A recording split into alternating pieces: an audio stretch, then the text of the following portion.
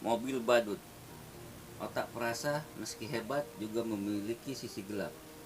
Di dalam mobil kesadaran, otak perasa Anda menyerupai seorang pacar bermulut kasar yang tidak mau menepi dan menanyakan arah jalan. Ia benci diberitahu kemana ia harus pergi, dan ia sudah barang tentu akan membuat Anda sengsara jika Anda mencela cara ia mengemudi.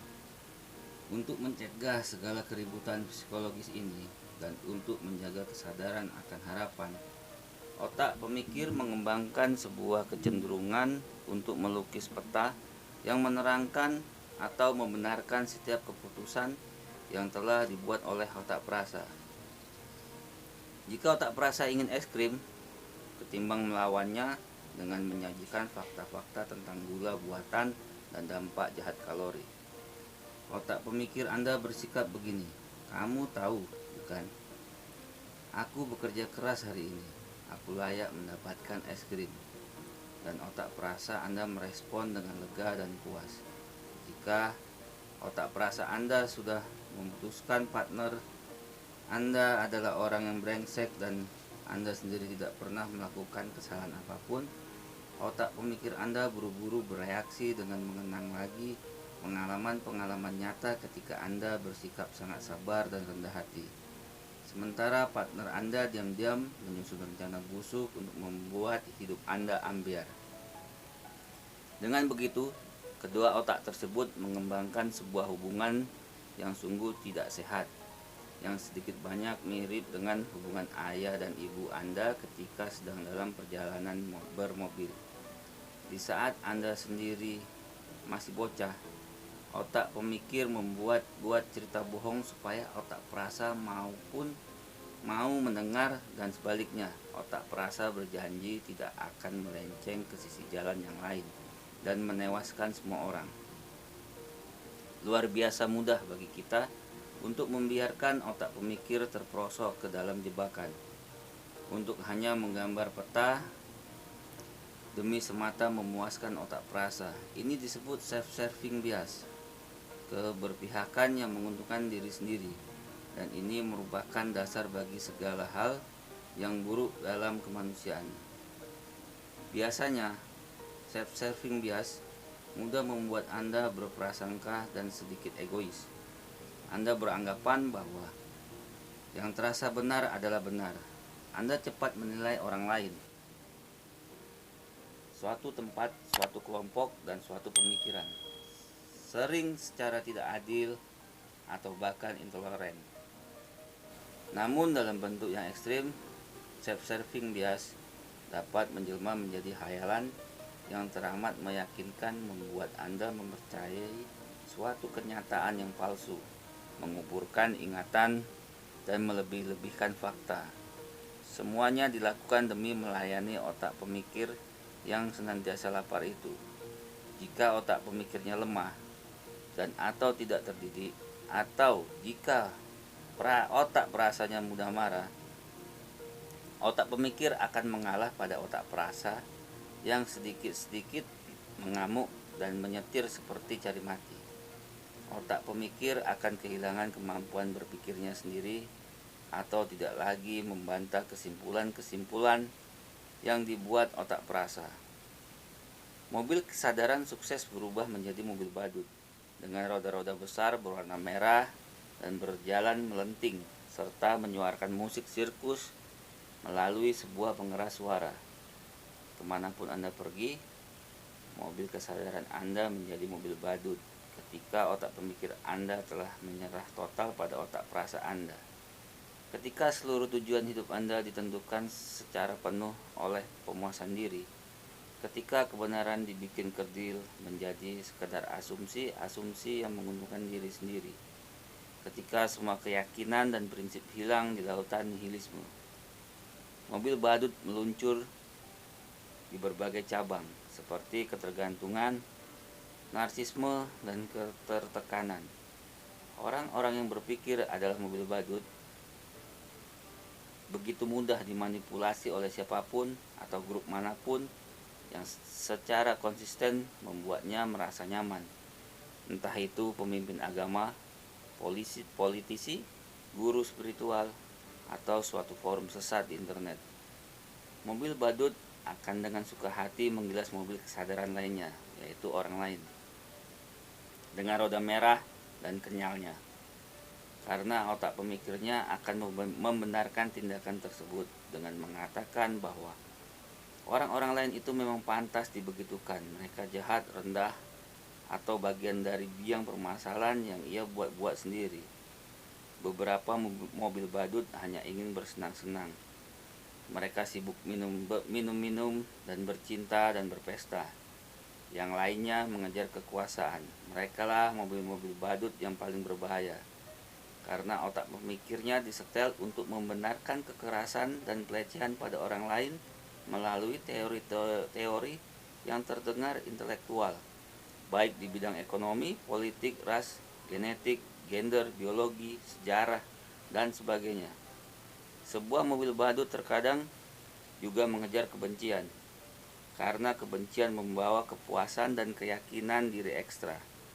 Pikiran semacam itu rentan tersulut oleh amarah yang datang dari perasaan paling benar sendiri. Karena dengan adanya sebuah target di luar dirinya, ia lantas merasa secara moral lebih unggul. Mau tidak mau, dia akan berupaya menghancurkan orang lain. Karena hanya melalui penghancuran dan penaklukan dunia di luar dirinya, dorongan-dorongan hati yang selalu meletup-letup itu bisa terpuaskan. Sangat susah menarik seseorang untuk keluar lagi dari mobil badut. Sekali ia terperosok di dalamnya, di dalam mobil badut, otak pemikir sudah dirisak dan ditindas oleh otak perasa selama sekian lama, sehingga ia seolah terkena sindrom Stockholm, tidak mampu lagi membayangkan adanya kehidupan lain di luar menyenangkan dan membenarkan otak perasa. Tidak terpikir lagi oleh otak pemikir untuk menyangkal atau menantang otak perasa tentang arah yang hendak dituju. Malah Anda akan terganggu jika otak pemikir menyarankan hal tersebut. Dengan mobil badut, tidak ada lagi pikiran yang independen dan tidak ada kemampuan untuk meninjau perbedaan atau mengubah kepercayaan dan opini. Dengan kata lain, seseorang dengan pikiran mobil badut tidak lagi memiliki identitas sama sekali. Ini mengapa pemimpin-pemimpin suatu sekte selalu memulai dengan mendorong orang-orang untuk membungkam otak pemikir mereka sebisa mungkin. Awalnya, ini terasa penuh makna untuk orang-orang tersebut, karena selama ini otak pemikir sering mengoreksi otak perasa, menunjukkan padanya bahwa ia telah mengambil belokan yang keliru. Maka menutup otak pemikir akan terasa sangat menyenangkan untuk waktu yang pendek. Dan orang-orang selalu keliru menganggap yang terasa nikmat sebagai yang sejatinya baik. Kiasan tentang mobil badut itulah yang menginspirasi para filsuf kuno untuk memperingatkan bahaya pemujaan dan pemuasan perasaan secara berlebihan. Rasa takut pada mobil badut ini menginspirasi orang-orang Romawi dan Yahudi untuk memunculkan petuah tentang pembelengguan nafsu dengan pengekangan diri. Baik para filsuf klasik maupun gereja sama-sama melihat kehancuran yang disebabkan oleh para penguasa yang narsis dan megalomania. Dan mereka semua percaya bahwa satu-satunya cara menangani otak perasa adalah menekannya, memberi sesedikit mungkin oksigen. Pokoknya mencegah meledak dan merusak dunia di sekelilingnya. Pemikiran ini melahirkan asumsi klasik bahwa satu-satunya cara untuk menjadi orang yang baik adalah melalui dominasi otak pemikir terhadap otak perasa, memenangkan akal ketimbang emosi, mendahulukan tanggung jawab di atas pemenuhan hasrat-hasrat. Hampir sepanjang sejarah manusia, orang-orang pernah menjadi brutal, menganut tahayul-tahayul, dan berperilaku biadab. Orang-orang di abad pertengahan biasanya menyiksa kucing demi permainan olahraga dan mengajak anak-anaknya untuk melihat perampok yang buah zakarnya dicincang di alun-alun kota. Dahulu orang-orang sadis dan gampang kalap. Hampir sepanjang sejarah, dunia ini bukanlah tempat menyenangkan untuk ditinggali. Dan itu sebagian besar disebabkan oleh otak perasa orang-orang itu yang dibiarkan mengamuk. Asumsi klasik itu sering menjadi satu-satunya yang berdiri di antara peradaban dan anarki buta. Lalu, sesuatu terjadi selama beberapa ratus tahun belakangan. Orang-orang membangun kereta api dan mobil dan menemukan mesin pemanas dan perkakas lainnya. Kemakmuran ekonomi berhasil melampaui dorongan hati manusia. Orang-orang tidak lagi khawatir apakah hari ini bisa makan atau tidak, atau apakah hari ini ia akan dibunuh atas tuduhan menghina raja. Hidup menjadi lebih nyaman dan mudah. Orang kini memiliki banyak waktu luang untuk duduk dan berpikir dan mencemaskan tentang segala topik eksistensial yang sebelumnya tidak pernah mereka renungkan. Hasilnya, di akhir abad 20 malah muncul banyak gerakan yang berusaha memulihkan kejayaan otak perasa. Dan memang, membebaskan otak perasa dari penindasan otak pemikir sungguh memberikan khasiat yang luar biasa bagi jutaan orang dan terus berlanjut hingga kini. Masalahnya, di sisi lain, orang lantas malah kebablasan dari semula mengakui dan menghargai perasaan. Lambat laun mereka bergerak ke sisi ekstrim dengan meyakini bahwa perasaan mereka adalah satu-satunya yang penting. Ini memang benar, terutama untuk kalangan eksmut kulit putih yang dibesarkan di bawah asumsi klasik. Hidup menderita dan kemudian bersentuhan dengan otak perasa mereka dalam periode usia yang cukup telat. Karena orang-orang ini tidak pernah sungguh mengalami permasalahan yang nyata selama hidup mereka selain kekecewaan. Mereka secara keliru meyakini bahwa perasaan adalah satu-satunya yang penting, dan bahwa peta-peta yang dibuat oleh otak pemikir hanyalah hambatan yang merintangi perasaan-perasaan tersebut. Banyak di antara orang-orang semacam ini yang menyebut pemadaman otak pemikir demi mengedepankan otak perasa sebagai pertumbuhan spiritual, dan meyakinkan mereka bahwa dengan menjadi seorang blund dengan kepercayaan diri setinggi langit akan mendekatkan mereka pada pencerahan. Padahal, sesungguhnya mereka memanjakan otak perasa mereka yang usang. Tak ubahnya mobil badut yang telah usang, namun dicat ulang dengan tampilan spiritual. Terlalu memanjakan emosi membawa Anda pada krisis harapan. Tapi demikian pula dengan represi emosi. Orang yang menyangkal otak perasanya sama juga membuat dirinya mati rasa ketika bersentuhan dengan dunia sekitarnya. Dengan menolak emosi-emosinya, ia menolak membuat pertimbangan nilai, value judgment, yaitu memutuskan bahwa suatu hal lebih baik dari yang lainnya. Sebagai dampaknya, ia menjadi acuh tak acuh dengan hidupnya dan segala konsekuensi dari keputusan-keputusannya. Ia kesulitan menjalin hubungan dengan orang lain. Hubungan yang ia bangun selalu gagal, dan akhirnya sikap abainya yang kronis itu membawanya secara tidak menyenangkan ke hadapan kebenaran yang menggelisahkan itu.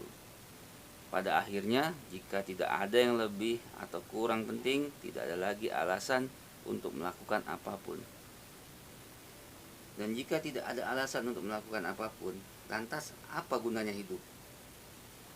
Sementara itu, orang yang menyangkal otak perasanya menjadi gegabah dan egois, membengkokkan kenyataan supaya sejalan dengan nafsu dan keinginannya, yang tidak pernah bisa puas.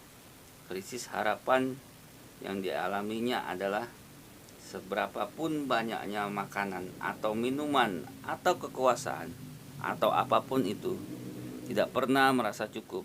Tidak pernah merasa cukup berarti tidak pernah merasa cukup berperan. Ia selamanya berada di mesin treadmill keputusan, selalu berlari meski tidak pernah bergerak kemanapun. Dan jika pada suatu titik ia berhenti, sang kebenaran yang menggelisahkan menangkapnya dalam sekejap. Saya tahu, saya lagi-lagi terlalu dramatis, tapi saya memang harus begitu. Wahai otak pemikir, kalau tidak si otak perasa akan bosan dan buru-buru menutup buku ini. Pernahkah terbetik di pikiran Anda, mengapa sebuah buku bisa mengundang Anda untuk terus dan terus membacanya? Bukan Anda yang membuka halaman-halaman buku itu. Bodoh, yang membuka adalah si otak perasa, antisipasi, dan suspense. Kegembiraan ketika mendapati sesuatu dan kepuasan ketika suatu konflik dipecahkan. Tulisan yang bagus adalah tulisan yang mampu berbicara dan merangsang kedua otak pada saat yang sama. Dan inilah masalah utamanya. Berbicara pada kedua otak tersebut memadukan otak kita menjadi kesatuan yang kompak, saling bekerja sama dan terkoordinasi. Karena jika kendali diri merupakan ilusi yang digelembungkan oleh kesombongan si otak pemikir, maka penerimaan dirilah yang akan menyelamatkan kita. Menerima emosi-emosi kita dan bekerja sama dengan mereka ketimbang melawan. Tapi untuk mengembangkan penerimaan diri, kita harus menyelesaikan beberapa hal. Wahai otak pemikir, mari kita bicara bersama. Temui saya di bagian berikutnya.